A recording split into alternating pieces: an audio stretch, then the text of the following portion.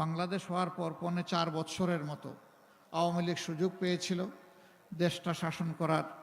কি করেছে কি করে নাই, তখন যারা বিবেকবান ছিলেন, যারা জীবন্ত সাক্ষী ছিলেন, এখন যারা বেঁচে আছেন তারা এটা ভালো করেই জানেন। তারা দেশটাকে কার্যত একটি গুরুস্থানে পরিণত করেছিল। জায়গায় জায়গায় ছুপ ছুপ রক্ত আর খাড়ি খাড়ি লাশ। ব্যাংক ডাকাতি, বড় নেতার ছেলেরা পর্যন্ত ব্যাংক ডাকাতিতে লেগে গেল। মা বোনরা ইজ্জত নিয়ে ঘর থেকে বের হয়ে আবার ফিরতে পারবে তার কোনো নিশ্চয়তা ছিল না। রিলিফ আসলো বিপন্ন বাংলাদেশের অসহায় মানুষের জন্যে, সেই রিলিফ বাংলাদেশ পর্যন্ত পৌঁছতে পারল না, তার আগেই বিক্রি হয়ে গেল। ৭৪-এর দুর্ভিক্ষে লক্ষ লক্ষ মানুষ মারা গেল, তাদের দাফন করার মতো সরকারের কোনো সময় ছিল না। জনগণ যেভাবে পেরেছে সেই বেওয়ারিশ লাশদেরকে দাফন করেছে।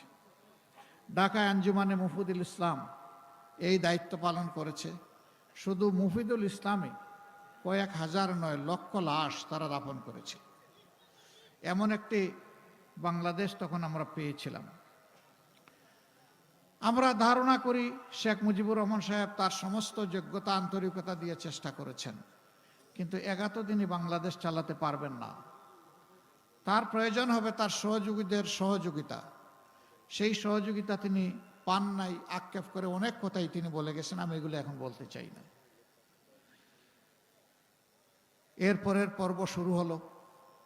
৩ বার সংক্ষিপ্ত ক্ষমতার হাত বদল হয়ে জিয়াউর রহমান সাহেব আসলেন, তিনি দেশ চালালেন, তাকেও নির্মমভাবে দুনিয়া থেকে বিদায় নিতে হলো। যেভাবে শেখ মুজিব সাহেব নিলেন সপরিবারে, ব্যতিক্রম শুধু এতটা যে তার পরিবারের অন্যান্য সদস্যদের কোনো ক্ষতি সাধন না করে তাকে খুন করা হলো। তিনি দুনিয়া থেকে বিদায় নিলেন, আবার বাংলাদেশ অস্থির হয়ে উঠল। কিছুদিন এইরকম চলল। সত্তার সাহেব আসলেন, সামাল দিতে পারলেন না। তার হাত থেকে দায়িত্ব ফসকে অন্যের হাতে চলে গেল এবং সেটা আইনসঙ্গত জায়গায় যায়নি, অন্য জায়গায় চলে গেল। ৯ বছর তিনি শাসন করেছেন। তিনিও যা দিয়েছেন দেশবাসী তার সাক্ষী। তবে সেই সময় দুটা জিনিস খুব মারাত্মক আকার ধারণ করেছিল। একটা হচ্ছে তিনি নির্বাচনের জান কবজ করেছিলেন। তখনকার একটা স্লোগান ছিল 10টা হুন্ডা 20টা গুন্ডা, নির্বাচন ঠান্ডা। দুর্নীতিকে তিনি বাজারজাত করেছিলেন, জাতীয়করণ করেছিলেন। সেই যে দুর্নীতির মহা উৎসব, জাতীয় সত্তা ফিরে পেল, তা আর থামল না। এখন পর্যন্ত এটা চলছে। উৎপাত সকল যুগেই ছিল, কিন্তু 15.5 বছরটা ছিল খুবই খারাপ সময় বাংলাদেশের জন্য।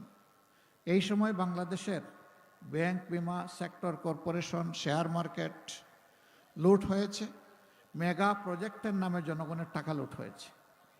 শুধু বাংলাদেশ ব্যাংকের বৈধ হিসাব মতে বিদেশে 15.5 বছরে তৎকালীন সরকারের লোকেরা পাচার করেছে 28 লক্ষ কোটি টাকা, যেটা বাংলাদেশের রাষ্ট্রীয় বাজেটের 4টা বাজেটের সমান। কত টাকা বিদেশে পাচার হয়েছে চিন্তা করেন। আর পাচার করতে পারে নাই সেই টাকা মাটির নিচে কলসিতে বিছানায় কত যে আছে আল্লাহই ভালো জানে। বাংলাদেশ জামাতে ইসলামী এই দেশের বুকে যদি বিবেক দিয়ে চিন্তা করা হয় তাহলে সবচেয়ে বড় মজলুম দল। যেই দলের এক এক করে 11 জন নেতাকে ঠান্ডা মাথায় খুন করা হয়েছে জুডিশিয়াল কিলিংয়ের মাধ্যমে। আমাদের নিবন্ধন বাতিল করে দেওয়া হলো অন্যায়ভাবে, প্রতীক কেড়ে নেওয়া হলো। শেষ পর্যন্ত দিশাহারা হয়ে আমাদের সংগঠনটাকেই নিষিদ্ধ করে দিল। শুধু আমরা না, ইসলামী ছাত্র শিবির সহ যত সংগঠন আমাদেরকে ভালোবাসে সবগুলা নিষিদ্ধ। এ ঘটনা ঘটেছে 24-এর 1 আগস্ট। 5 আগস্ট স্বৈরাচারী সরকার বিদায় নিয়েছে। সবার আগে আমরাই ঘোষণা করলাম দলের পক্ষ থেকে আমরা কারো বিরুদ্ধে কোনো প্রতিশোধ নেব না। আমরা আমাদের সহকর্মীদেরকে বললাম, হ্যাঁ, শহীদ পরিবার এবং ক্ষতিগ্রস্ত মানুষগুলো তাদের ন্যায্য বিচার চাওয়ার এবং পাওয়ার অধিকার আছে। আপনারা যদি বিচার প্রার্থী হন আমরা আপনাদেরকে সর্বাত্মকভাবে সহযোগিতা করব। কিন্তু সাবধান, মামলা রুজু করতে গিয়ে একজন নিরপরাধ মানুষের নাম মামলায় অন্তর্ভুক্ত করা যাবে না। শতভাগ নিশ্চিত না হয়ে একটা মানুষের নাম লেখা যাবে না। সারা বাংলাদেশে আমরা হাজার হাজার মামলা করি নাই। এত মামলা করলে কিয়ামত এসে যাবে, কিন্তু বিচার শেষ হবে না। আমাদের মামলায় আপনারা শুনে অবাক হবেন, 8টা মামলা আছে দেশে, আসামি মাত্র একজন করে।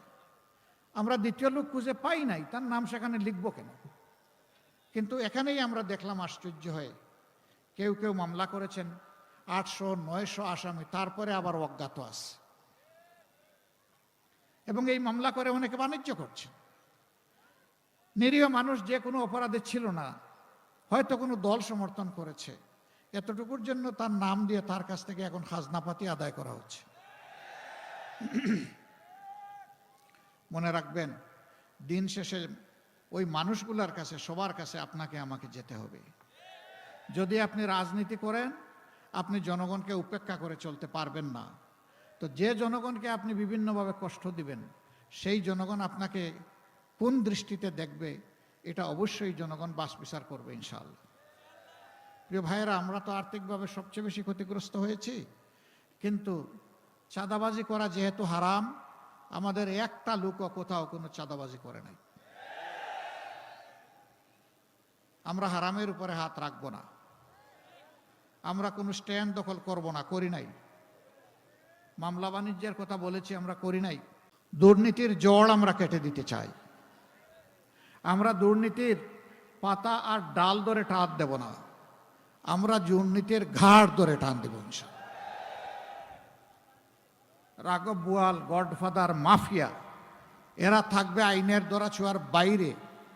আর ওই যারা সিসকাচুর, তাদেরকে আনবেন আপনি আইনের আওতায়, শাস্তি দেবেন। এটা চরম অন্যায়। জড়ে মূলে হাত দিতে হবে ইনশাআল্লাহ।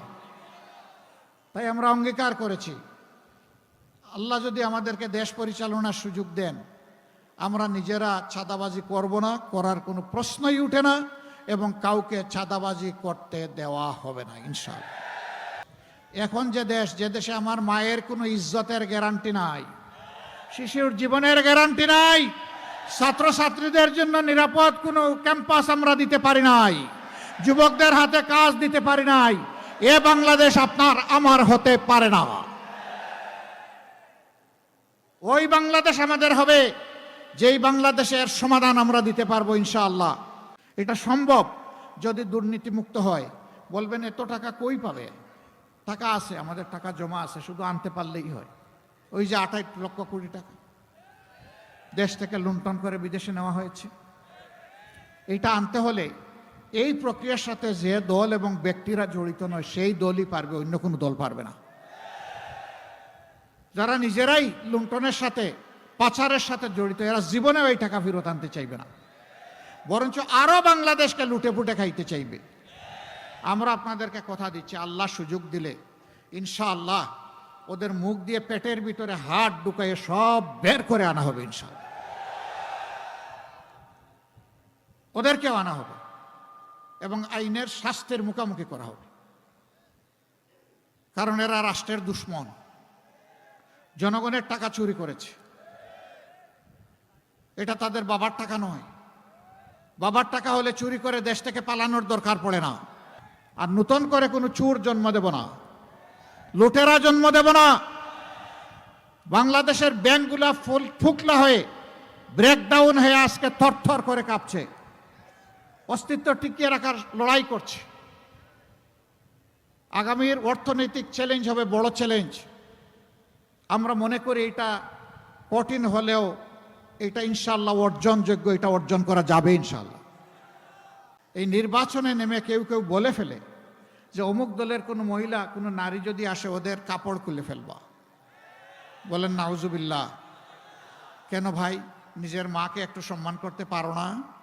তুমিও তো মায়ের সন্তান, মায়ের গর্ভ থেকে দুনিয়া এসেছো। কেমনে তুমি বলতে পারো যে একজন নারীর, একজন মায়ের কাপড় খুলে ফেলতে হবে? এবং কিছু কিছু জায়গায় হেজাব নিকাজ নিয়ে টানাটানি হয়েছে, তা আপনারা দেখেছেন। এমনকি মাদের গায়ে হাত দেওয়া হয়েছে, এটাও আপনারা দেখেছেন। হ্যাঁ, ইদানিং কিছু থেমেছে।